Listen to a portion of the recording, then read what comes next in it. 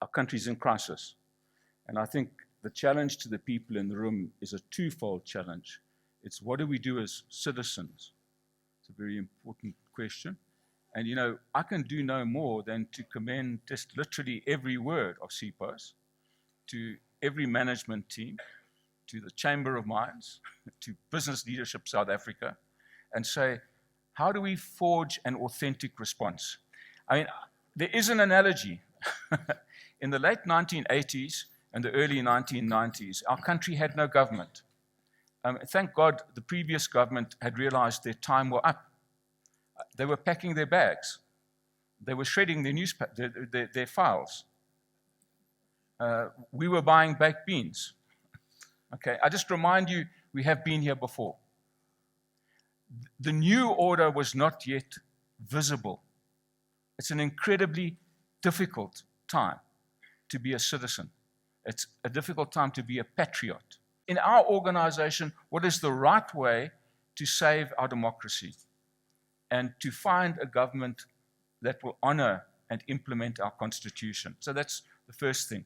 The second thing I think is related to it, and here, you know, I want to urge those of you who were at the dinner last night to listen and respond with authenticity to Neil Froneman. An excellent roadmap. I remind you of the 3 steps. We can acknowledge the past. And by the way, we don't only have to apologize for apartheid. We should acknowledge the mistakes of the last 20 years. The Living Out Allowance has not worked. Our attempt to change migrant labor hasn't worked. Our attempt to incorporate unions into joint decision-making hasn't worked. And it's often a case of patronage. Right? We outsourced hostels and hospitals, actually. We put union people on the committees, and we have a pattern of corruption there, for which management is responsible. The third thing that is the most important and also the most difficult, and this is a word that fascinated the National Development Plan. You know, there's some concepts that are very dangerous. This is the concept of the social compact. We all want one. I think, by the way, it's better to have social compacts in the plural. I think this is a process, not an event. So we need to fix our industry, and we don't have a government. I mean, the government's busy doing other things. What I would urge the mining industry leaders is to start the social compact process with the coalition of the willing.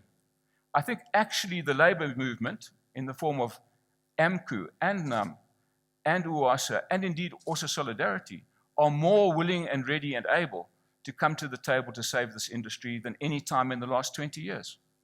Seize the moment.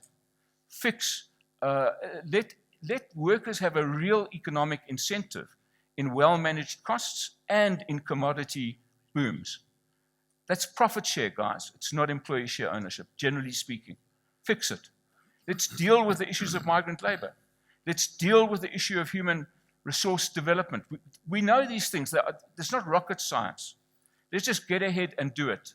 And I think in doing it, perhaps we will shame our government to come to the table and join us. Let's work for a system of, you know, we complain about uncertain regulation. Of course, every mining application, every exploration application, every tender of companies and governments should be on the internet. It should be transparent. We should know who applied and when did they get it, and what did they do between applying and getting it. So we can do a great deal, and with labor, I think we will create an unresistible force to actually fix the key things in our industry. So it's to be brave citizens and simply in business to lead rather than to wait for others to do that.